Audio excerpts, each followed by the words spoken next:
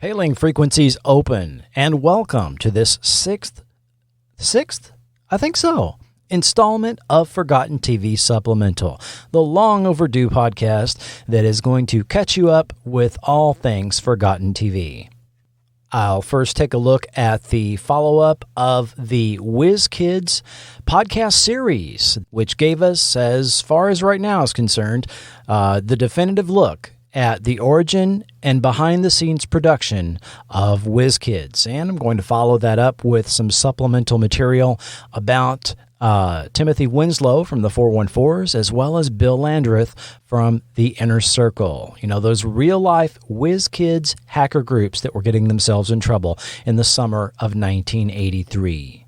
We'll take a look at some Forgotten TV miscellany, some notable deaths that have happened in recent months with some people that we have lost, and an update on podcasts that are currently in development. Let's start by taking a look at some items to get us caught up in the world of Forgotten TV. First, I wanted to share an update from actress and singer Ketty Lester. You may be very familiar with Ketty being Hester Sue Terhune on Little House on the Prairie. Recent message from Ketty told us, just wanted to let everyone know that I'm doing fine and that I'm praying for you and all our country. My book is still going to be published, but that was delayed due to the virus. I thank you all for thinking of me, and I will be getting to all your messages as soon as I can.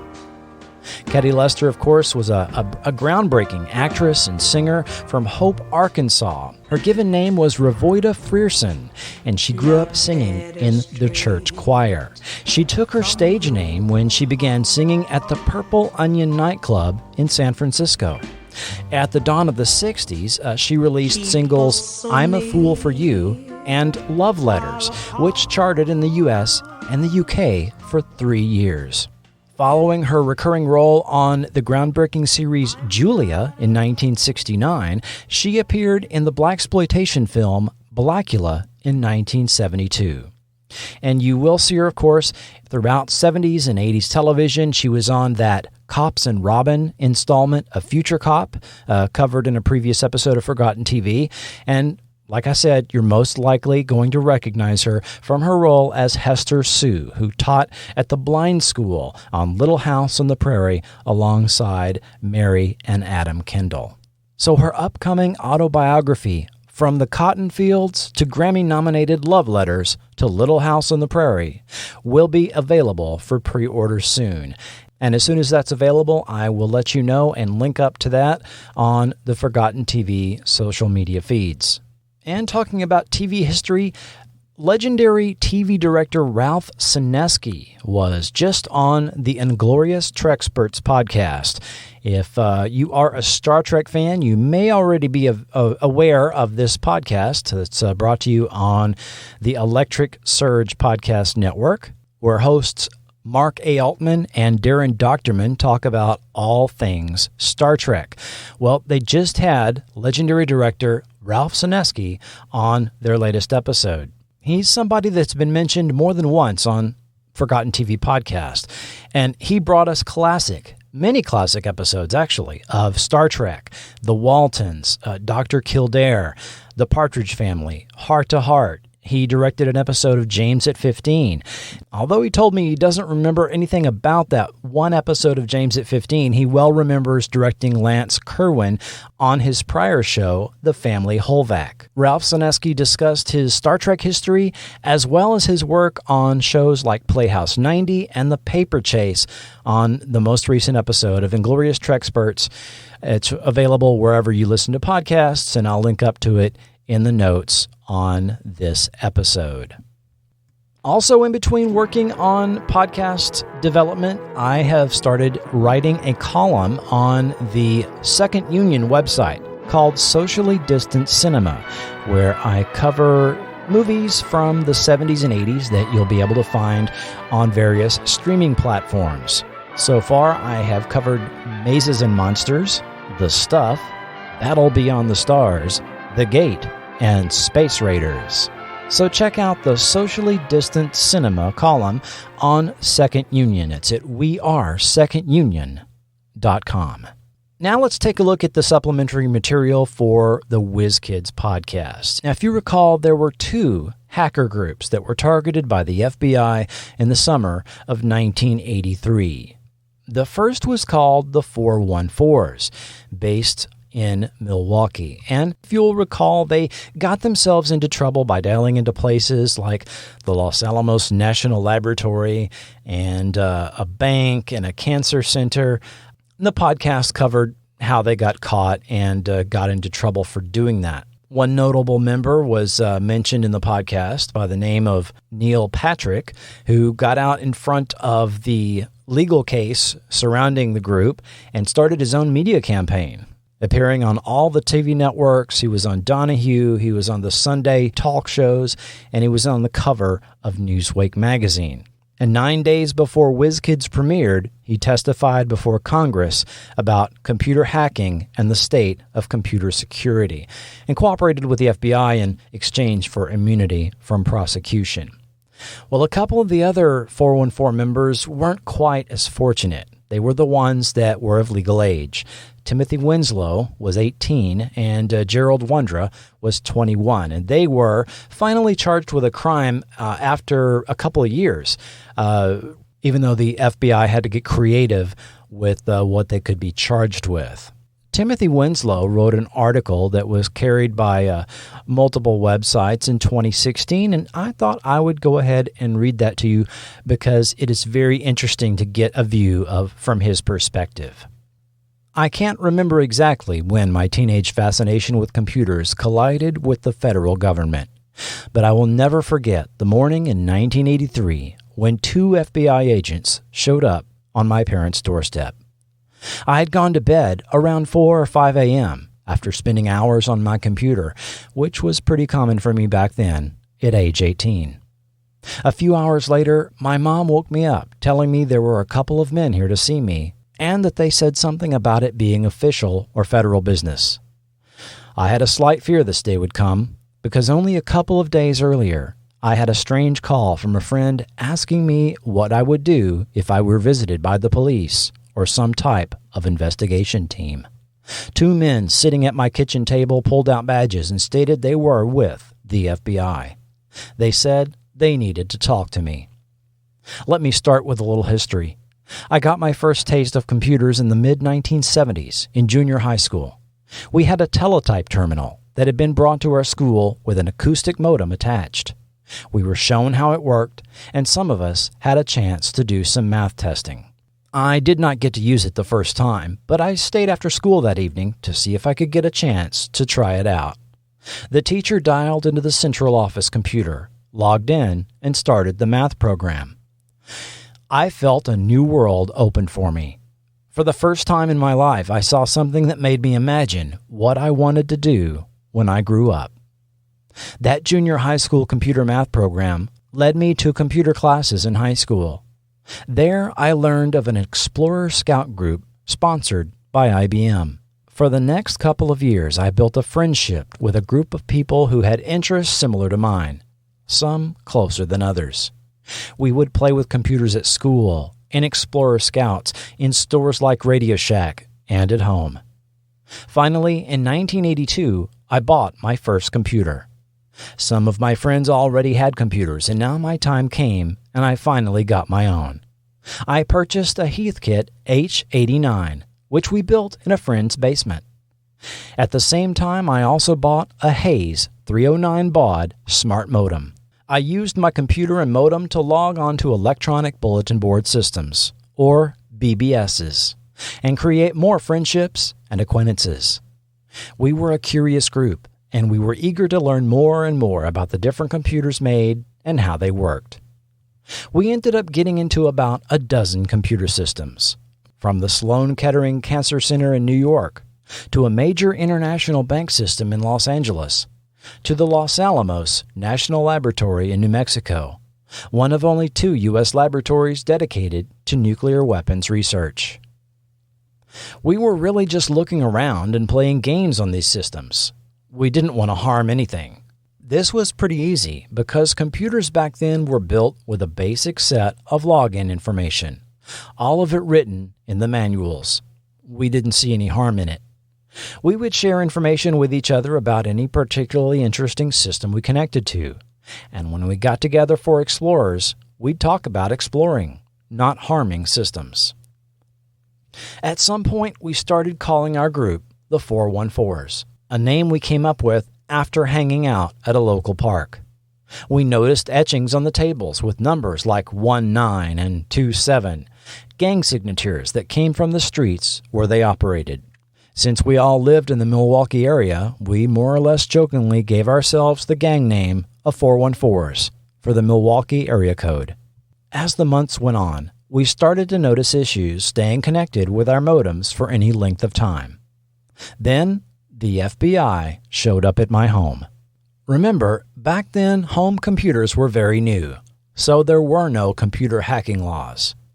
After about a year of back and forth with the FBI, 3 of us were eventually charged under a federal provision against harassing phone calls, which carried a maximum of 6 months in prison and a $500 fine each.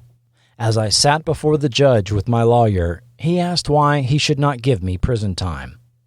I had recently met the love of my life and we were expecting our first child. So I explained that I would like to be around to see the birth of my baby and live a happy and normal family life. The judge agreed to a plea deal with a stipulation that I could not own a modem during the time I remained on probation. Under the deal, we were charged with misdemeanors that carried 2 years probation and a $500 fine. Our records would be expunged under the Federal Youth Corrections Act. Today, more than 30 years later, I'm still fascinated by computers. I'm employed as a network engineer, and at home, I tinker around on about half a dozen computers. Oh, and I'm still married to the love of my life. The things that we did set the stage for more than just our personal career paths. We helped create several federal laws that are still on the books for computer crime and password safety. It makes me proud as a network engineer working partially in security, knowing that, in a way, what we did as a group made for safer computing today. There are still lots of issues with people using simple passwords, companies leaving too many doors open, and just the massive amounts of computing power available to work on decoding and breaking into systems. We could have caused some damage to these companies, and many were surprised that we just looked around and played games. Today, hacking is a whole different world. So there we get an interesting perspective on the origin of the 414s from Milwaukee. The other group that we talked about on the podcast Behind the Scenes of Whiz Kids was called the Inner Circle, which was based in California. And writer Matt Novak with Gizmodo did research and found and met up with one of the original Inner Circle members named Bill Landreth. And he wrote the story of his meeting with Bill and Bill's story, and I'll cover that now. On October 12th, 1983, Bill Landreth called his friend Chris in Detroit to chat. Chris frantically explained that the FBI had raided his house. "Don't call me anymore," Chris said in what would be a very short conversation. Bill didn't know exactly what was happening, but he did know this. If the FBI had come for Chris, then he might be next. The next day, around a dozen FBI agents stormed Bill's parents' house just outside of San Diego, amassing piles of evidence, including a computer that Bill, then 18, had hidden under his sister's bed. Bill and Chris, who was 14 at the time, were the leaders of a coalition of teen hackers known as the Inner Circle. In a single day, the FBI conducted coordinated raids of group members across 9 states, taking computers, modems, and copious handwritten notes detailing ways to access various networks on what was then a rudimentary version of the Internet. The Inner Circle was a motley group of about 15 hackers, almost all teenagers, from Southern California, Detroit, New York, and roughly 5 other regions of the U.S. Bill, Chris, and other members of their collective had been accessing all kinds of networks, from GTE's Telemail, which hosted email for companies like Coca-Cola, Raytheon, Citibank, and NASA, to the ARPANET, which was largely used by university researchers and military personnel until MilNet was completed in the mid-1980s. Chris was fond of boasting on message boards about hacking the Pentagon. The Inner Circle wasn't the only teen hacking group of the early 1980s, but their interference with both government networks and the email accounts of large corporations put them on the FBI's radar. Along with the 414s, a group busted around the same time, the raids made national headlines. The Inner Circle's actions would inspire a complete overhaul in how computer crime was prosecuted, through the introduction of the country's first anti-hacking laws in 1984. I decided to track down members of the Inner Circle and find out what happened during their heyday and infamous bust, and where it's led them today. In the process, I've obtained 351 pages of FBI documents about early 80s teen hacker communities through a Freedom of Information Act request. The pages are heavily redacted, but they fill in some of the many holes that remain about the Inner Circle, the FBI's crash course in computers, and the teen computer underground of the early 1980s. The story of Bill and Chris is one of simple curiosity, and the birth of the modern internet in an era before computer hacking laws existed. It was an era when most of America, including virtually everyone in the FBI, couldn't tell you what a modem was. This period from roughly 1979 until 1983 was a mythical Wild West for kids who became interested in computers and saw the rising popularity and declining price of personal computers, as well as the release of the movie War Games. The kids of this period were early adopters, and they got into plenty of trouble. After War Games came out in June 1983, every wannabe hacker with more money than sense went out and got a computer and modem from places like Radio Shack, thinking they could get their fingers close to the big red button. It didn't work that way, of course, but there were plenty of other hijinks that kids of the early 1980s could pull with a computer, a phone line, and the special brand of fearlessness that comes with youth. The FBI started tracking the Inner Circle in 1982, but it wasn't until late 1983 that they'd finally bust the group. In large part, that bust was possible because of a 42-year-old pseudo-vigilante hacker known as John Maxfield, a former phone freak who fancied himself the proto-internet's sheriff. Maxfield gained the trust of teen hacker communities on bulletin board systems, or BBSs, in the early 1980s and fed the information to the FBI. Maxfield provided the FBI with the intelligence they needed on the Inner Circle's exploits, especially when it came to the hacking of Telenet's Telemail email system. Chris, bored and frustrated, had started deleting emails of Coca-Cola executives and using administrator passwords to change the names on accounts. GTE, the company that operated the Telemail service, wasn't pleased. After all, the hackers were using Telemail illegally, which is to say, for free. FBI documents spell out just how much time was being stolen by these kids, right down to the penny. For example, use of BMW's messaging service by unauthorized users in September 1983 cost GTE 29 cents. Unauthorized use of Raytheon's accounts in the same month totaled $298. But it was the widespread loss of faith in the system's security that was the most damaging to GTE. I spoke with Bill and Chris, but was unable to connect with any of the Inner Circle members, or Maxfield. A letter sent to Maxfield's last known P.O. box has yet to receive a reply, and the last known number I could find for him was disconnected. For all I know, he's dead, or he's elderly and keeping a low profile. Maxfield always tried to stay off the radar, But after he was exposed as an FBI informant in late 1983, he became the most loathed man on the internet. When I met Bill Landreth at a Starbucks in Santa Monica, he was sitting quietly at a table drinking coffee with 2 bags on the seat across from him and a bag of blankets in the corner. A pipe made out of an apple and filled with what I assumed was medical marijuana sat at the table next to his coffee and Samsung tablet. A passing cop glanced at the spread, but didn't raise an eyebrow. Arranging our meeting was tricky, because Bill isn't sure where he'll be sleeping from night to night.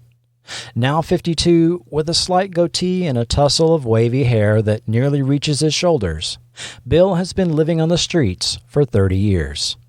But if it wasn't for his receding hairline and a certain grayness to his gaze, he'd probably pass for a decade younger. There's something assertive yet firmly guarded about the way he speaks.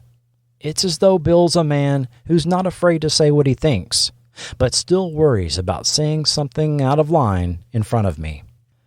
In our conversation, he was calm, affable, and clearly intelligent, and almost immediately began rattling off computers and computing languages of which I have little to no background or understanding.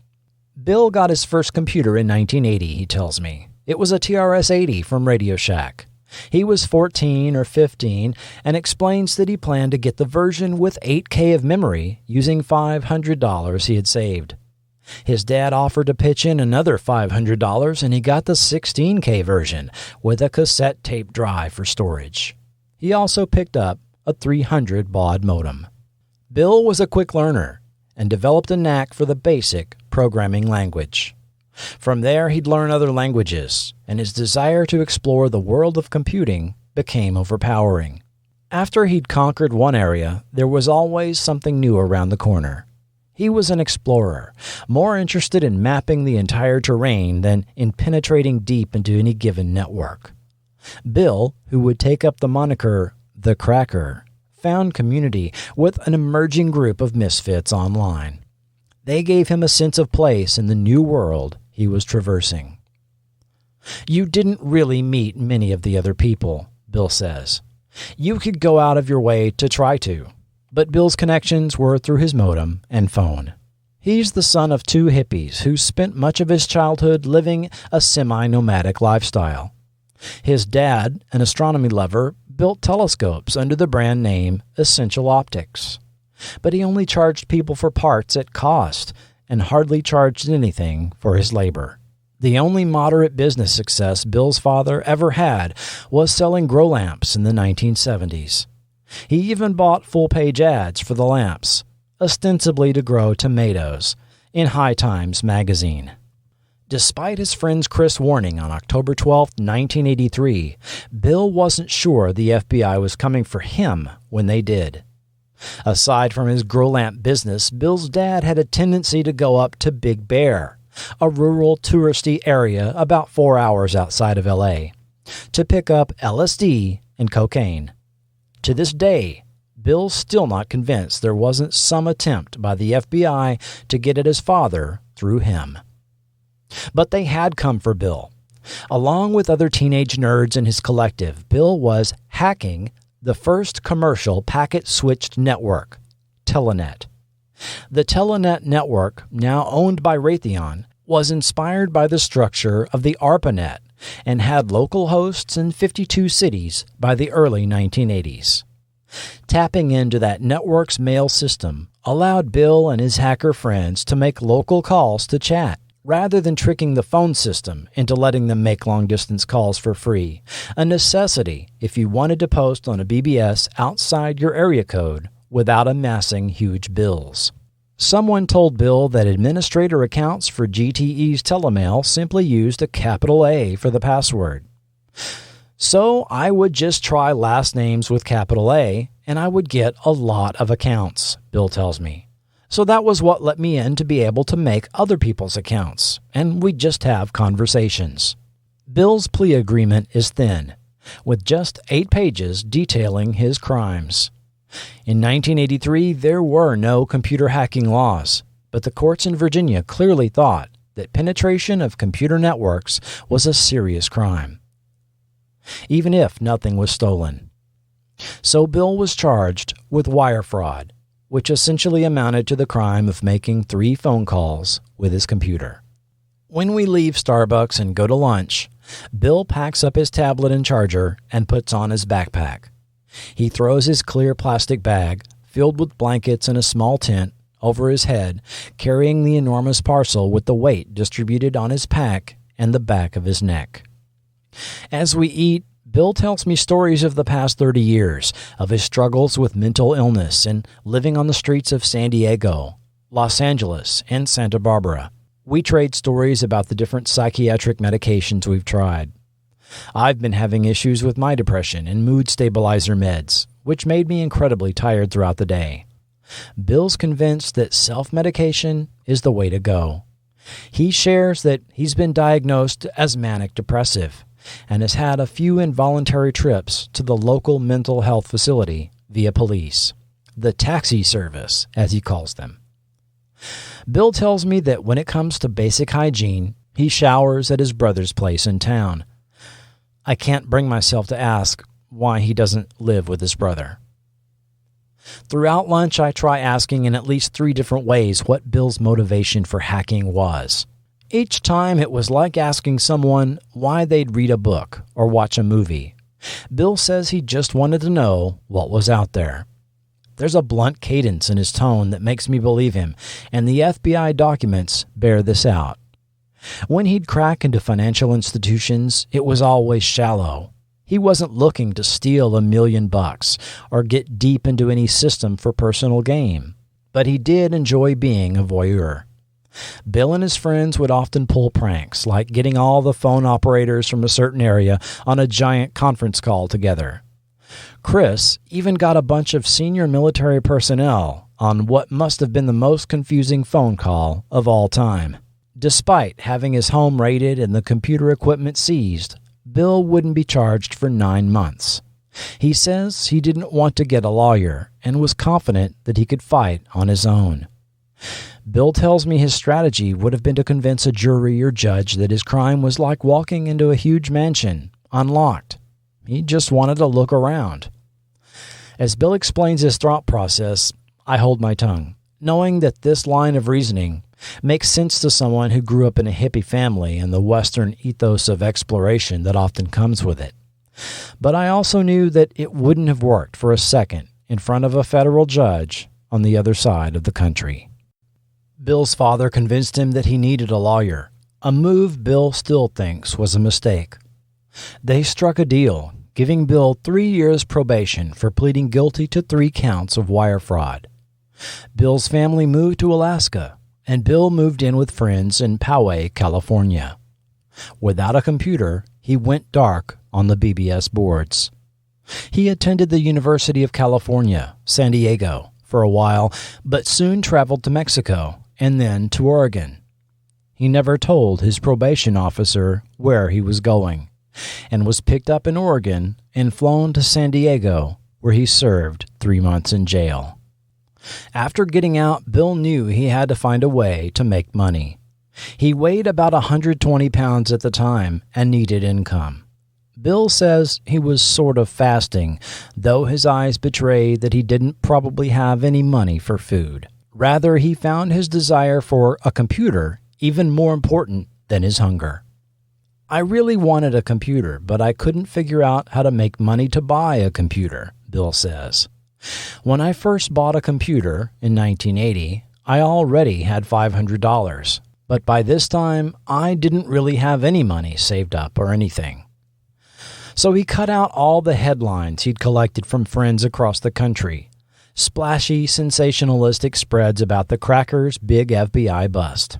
He found a literary agent and wrote his entire book proposal by hand before hammering it out on an old typewriter.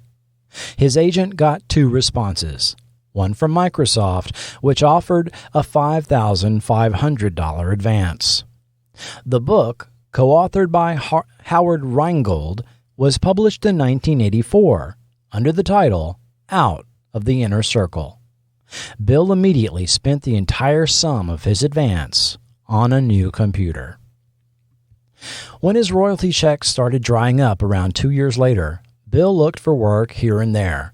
He took a job with Scientology that promised $200 a week selling books, but quickly learned he'd be making $1 a day and promptly quit.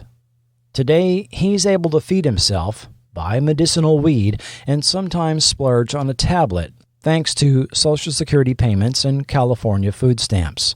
But he hasn't had a stable home since high school. Bill's entire existence is stuffed into 3 bags, and keeping an eye on them is a constant struggle. When his stuff is stolen, he often doesn't know if it's by other homeless people or the police. He says he has to buy new blankets once every 3 weeks, and his $150 Samsung tablet is always in danger of getting stolen. Bill's life, he says, is a constant stream of indignities and harassment from police. They enforce ordinances arbitrarily and inconsistently, trying to push homeless people out of sight. Bill tells me of a bridge he was sleeping under in Santa Barbara. An officer approached him, handcuffed him, searched all his belongings, and told him he couldn't sleep on that side of the road under the bridge. He was cited for illegal camping, but was told that sleeping on the other side was okay. So the next night he moved across the street. The police officer came back and gave him another ticket. Bill figures he has about $10,000 in unpaid legal fees and fines, most of it interest on the debt that grows and grows over time. It couldn't be further from the life of Chris, the 14-year-old who exchanged a brief phone call with Bill after his own FBI raid. Chris's story is that of a kid who grew up to thrive in the culture of our burgeoning internet. With just a few minor tweaks, Bill's story could have been similar. Bill tells me he hasn't talked with Chris in 30 years, and they never met in person, but he has only fond memories of their friendship from halfway across the country. I spoke with Chris over the phone under the condition that I not use his real name. In the early 1980s, he was known online as the Wizard of ARPANET, a moody punk who bragged incessantly about the networks he'd penetrated. Today, he's an upstanding family man working with computers, he declined to get specific, in a suburb of Detroit. It's been a long time since I've talked about the Wizard of ARPANET days, Chris tells me over the phone from his home outside Detroit. Chris was 14 when the FBI came knocking on his door. Chris was an Atari guy, and his first computer was an Atari 2600. You could plug in a basic cartridge and it had like 1K of memory, and you could do some cool stuff with it. Then you kind of stepped up to the Atari 400, which was cool because you could do some programming, but then you could get the modem, that 300 baud modem on there. Then you started to figure out what you could do with a 300K baud modem. Much like Bill, Chris found that his computer was a connection to the outside world, a sense of community that he couldn't find elsewhere. Growing up in Detroit, there wasn't a vast amount of things to do. So you had this modem and you start exploring, Chris says. You find your first bulletin board, and then that bulletin board has a little bit of information on it, and that's what intrigued me. In a general sense, it hasn't really revolutionized much from there. You called into the bulletin board, you post messages, and you call in back and forth. It was a lot slower, and there were no graphics, but the essential kind of concept was the same as today. The key to hacking in the early 1980s was figuring out how to make free phone calls. Phone phreakers had been doing this since the 1960s, but it was even more vital for precursors to our modern internet. Dialing into a BBS in your area code wouldn't cost too much, but if you were in Detroit and wanted to access a board outside your area code, that meant long-distance calls. And long-distance calls used to be damn expensive. So any computer hacker worth his salt quickly learned how to hack the phone company, and that's what the Wizard of ARPANET started doing. That opens up the world, Chris tells me. Now I can call a BBS in New York, or I can call this board over here in San Diego. And then you start getting out there. And once you were out there, the hackers of the inner circle and elsewhere would have a variety of ways to break into networks. Except that during this period, security was so weak that break is too strong a word. An operating manual could yield archive administrator passwords for a variety of systems simply because nobody bothered to change the default passwords. Chris's true love, although he's reluctant to talk about it today, was hacking the ARPANET and military systems. In fact, that's how I found him. I was researching what kind of espionage the Soviet Union was conducting on the ARPANET and MILNET in the 1980s. We know of a few Soviet hackers who were looking for state secrets, but there were also kids like Chris rummaging around MIT, Stanford, and UCLA for fun. Then we started to get some of the ARPANET stuff, and I somehow got one of the main dial-in connection points, Chris tells me. And from there, it was just kind of discovering all the different hosts. Once you were able to get into one, I was able to get the full host list.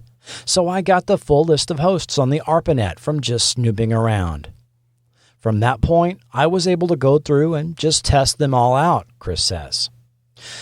What he had tapped into was known as TIP, sort of a supermodem that routed information along the ARPANET.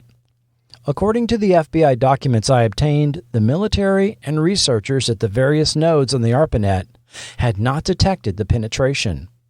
Their informant, the BBS narc John Maxfield, was the one who learned about it straight from the wizard of ARPANET's mouth. Chris had no idea that he was constantly being watched by one of his own.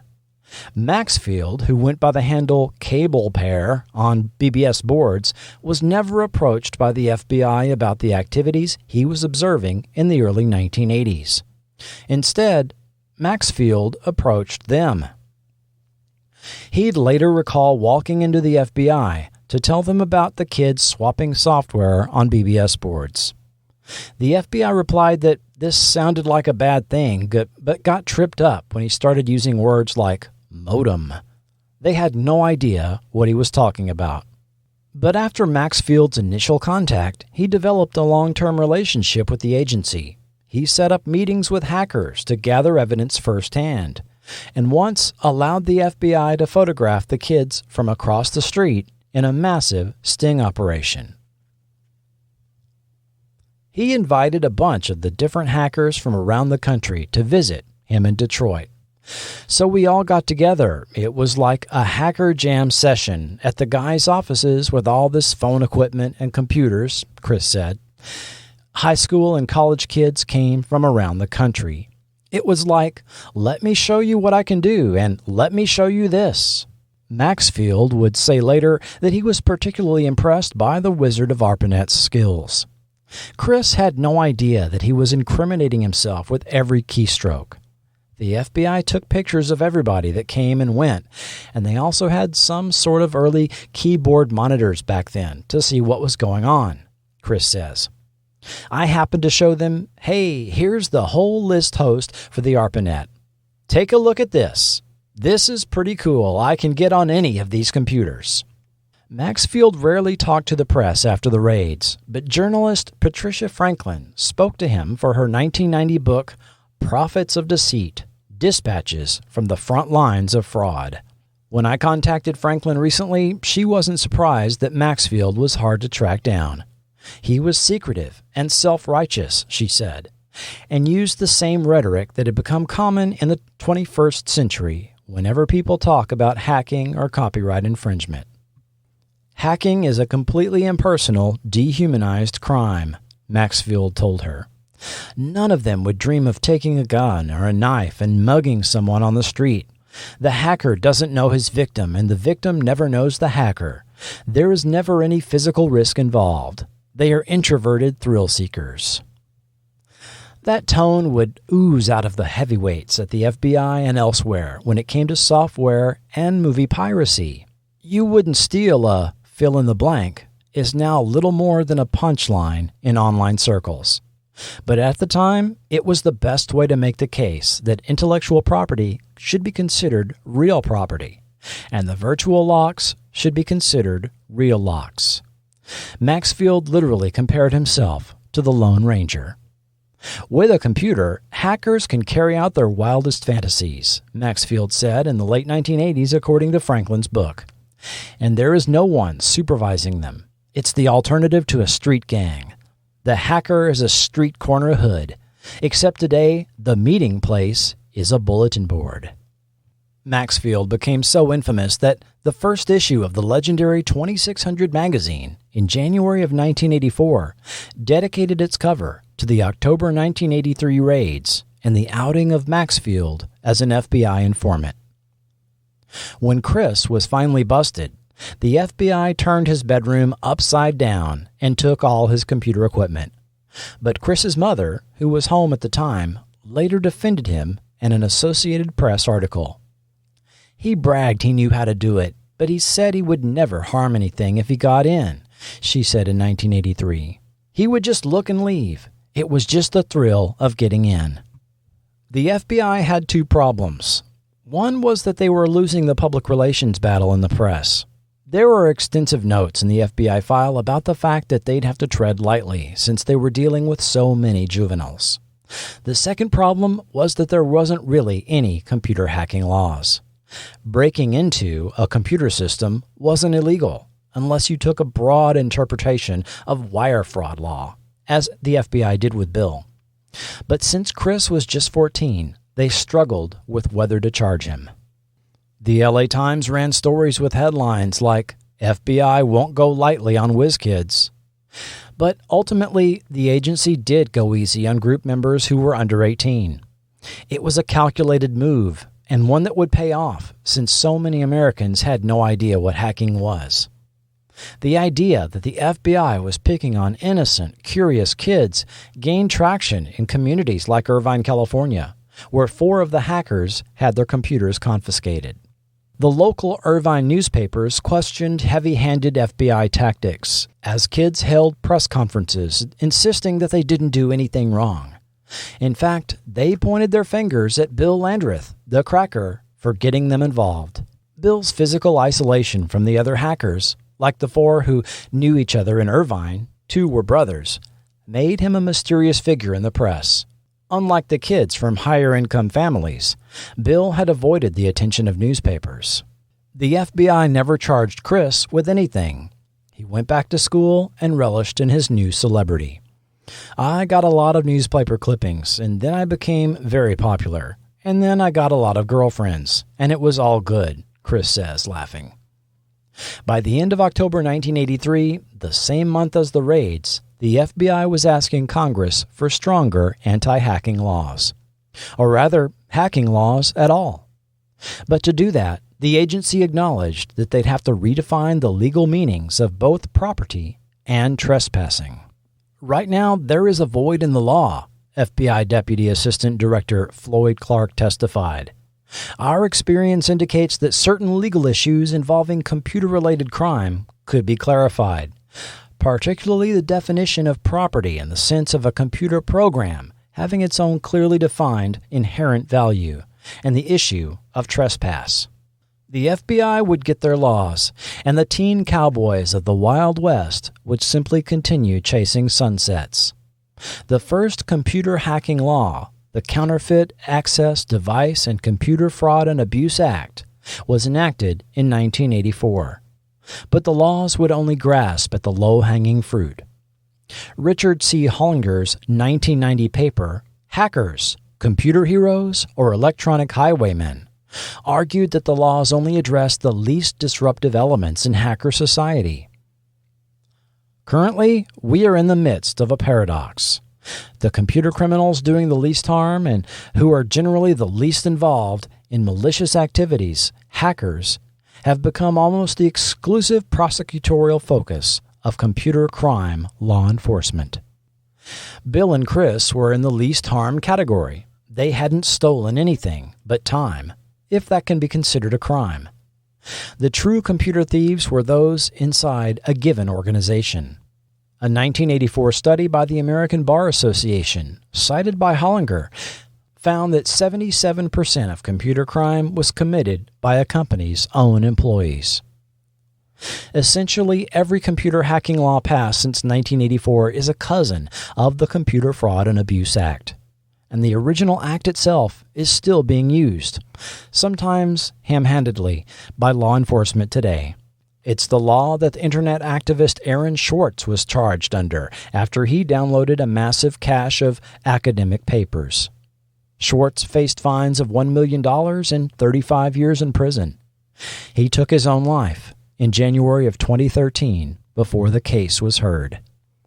When I went to Santa Monica to meet Bill, I was pretty sure I'd hear a story about how the FBI ruined his life. But I left believing that it hadn't. The world ruined Bill's life, a world that couldn't quite find a place for his particular talents, faults, and petty mistakes. While it's a cliché, it's hard not to think that perhaps Bill was ahead of his time in many ways. He was smart enough to see the vulnerabilities no one else could in what would become the modern internet.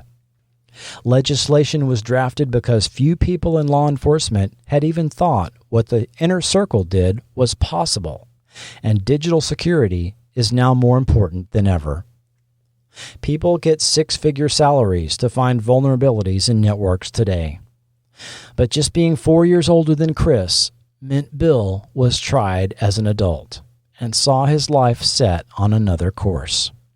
In Los Angeles, it's not uncommon to walk by familiar faces, briefly famous but now forgotten. Nobody does a double take when they see Bill. Instead, given that he's one of the roughly 40,000 people sleeping on LA's streets on any given night, people tend to avert their eyes from his gaze. I thank Bill for sharing his story with me, and I leave him in Santa Monica. The world seems content to punish him for the victimless crimes he committed over 3 decades ago.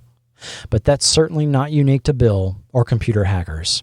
Who knows how his life would have turned out if he'd been embraced by the FBI rather than prosecuted. I asked Bill what was in his future. He says he's thinking about writing something, maybe a book or a screenplay, but mostly he just isn't sure. I'll probably end up not getting that far along, Bill tells me with a nervous chuckle before we part ways. I'd like to buy a house, but I don't know. So there you have the story of Bill Landreth and the so-called Chris, who Matt Novak tracked down with the redacted Freedom of Information Act documents that he obtained.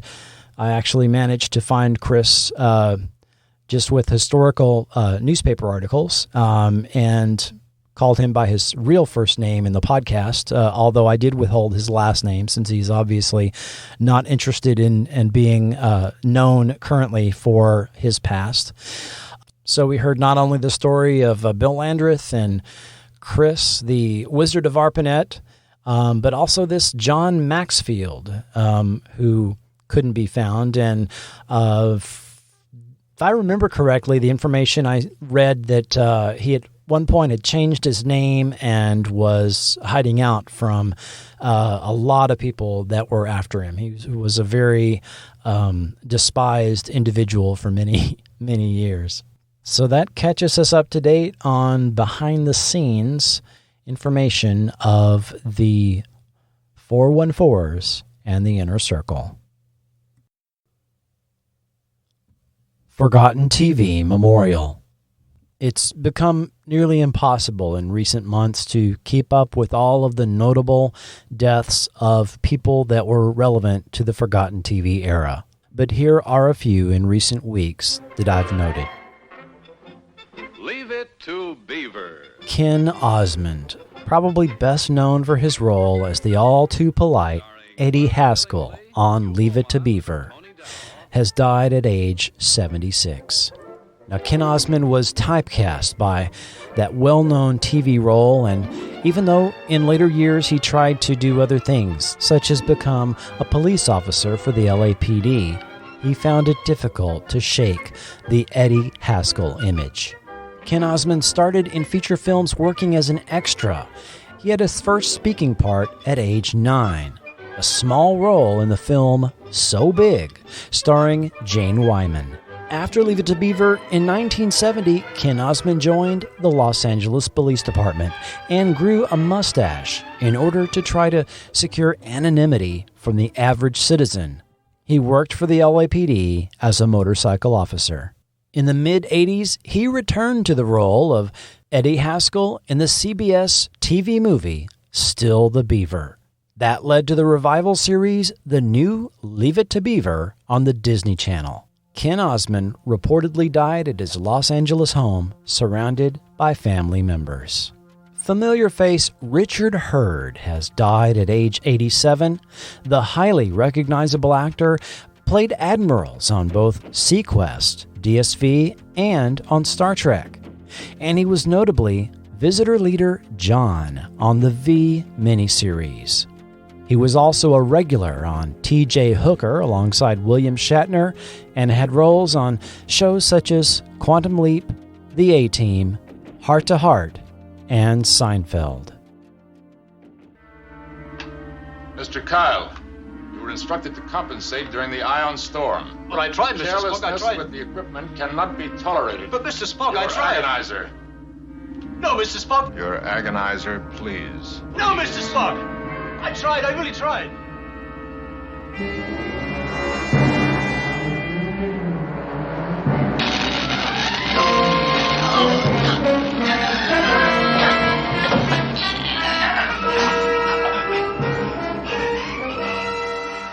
Actor John Winston has died at age 91.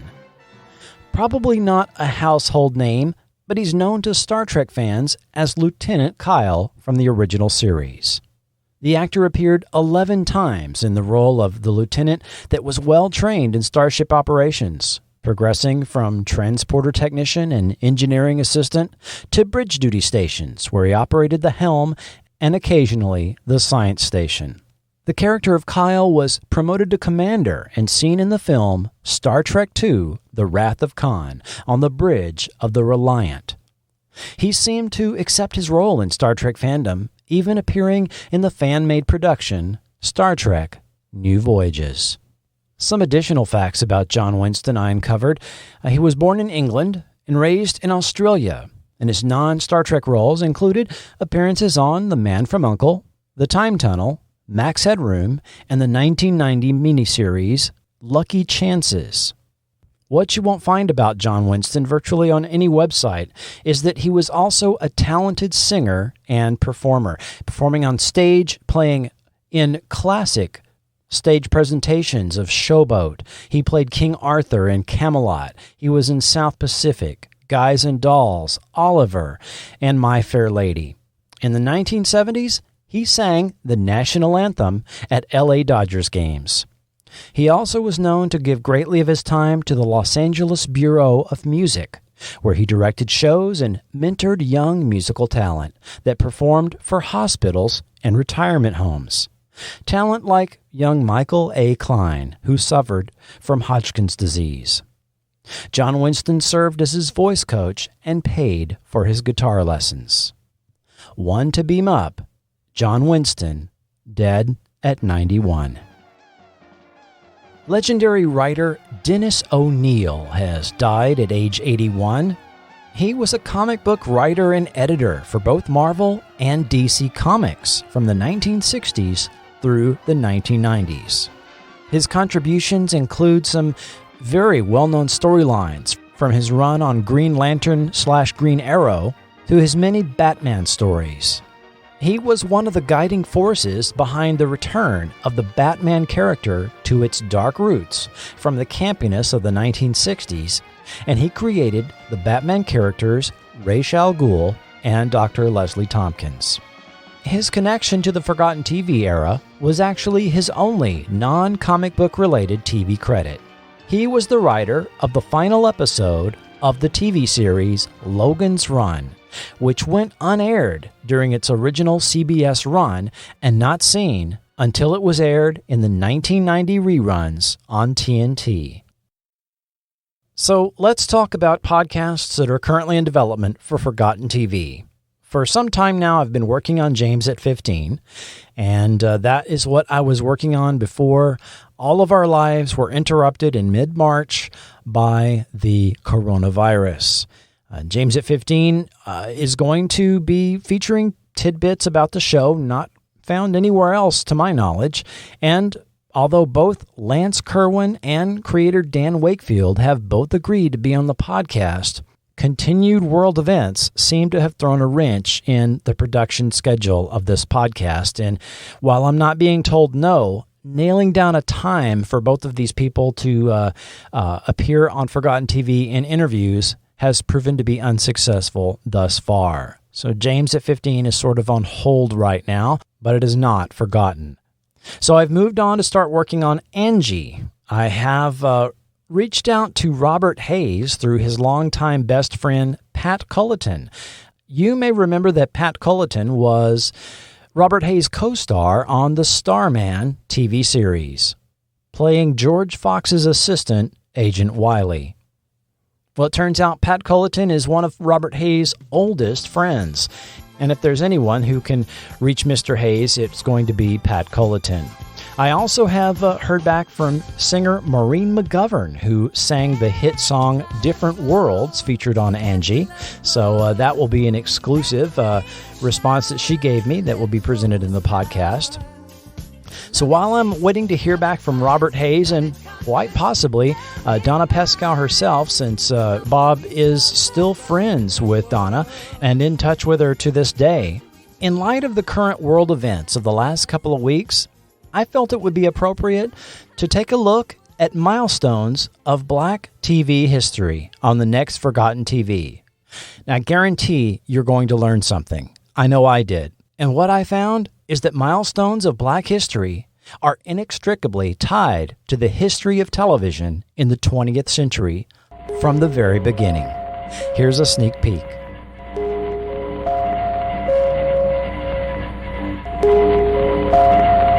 The National Broadcasting Company, a service of RCA, erected the transmitting antenna for experimental television station W2XBS.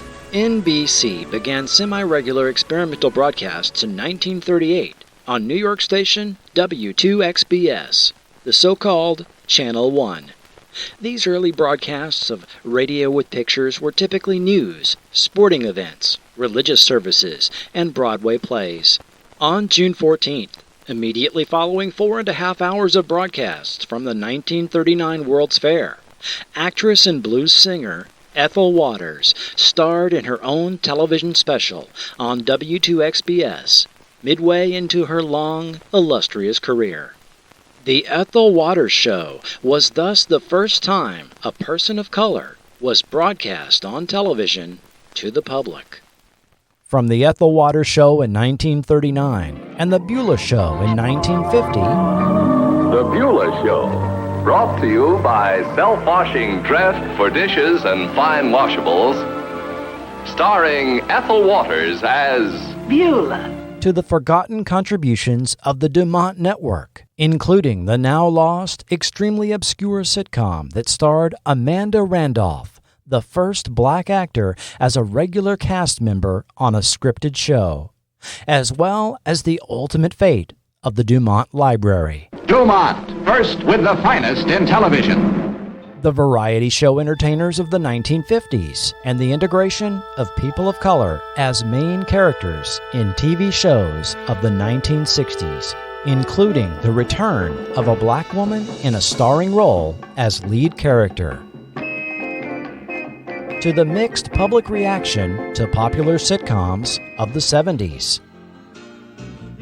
And the founding of black entertainment television in 1980. It's 41 years of milestones of black TV history on the next Forgotten TV. Coming soon to the Forgotten TV podcast feed. Subscribe for free on Apple Podcasts, Stitcher, Podbean, or your podcast app of choice.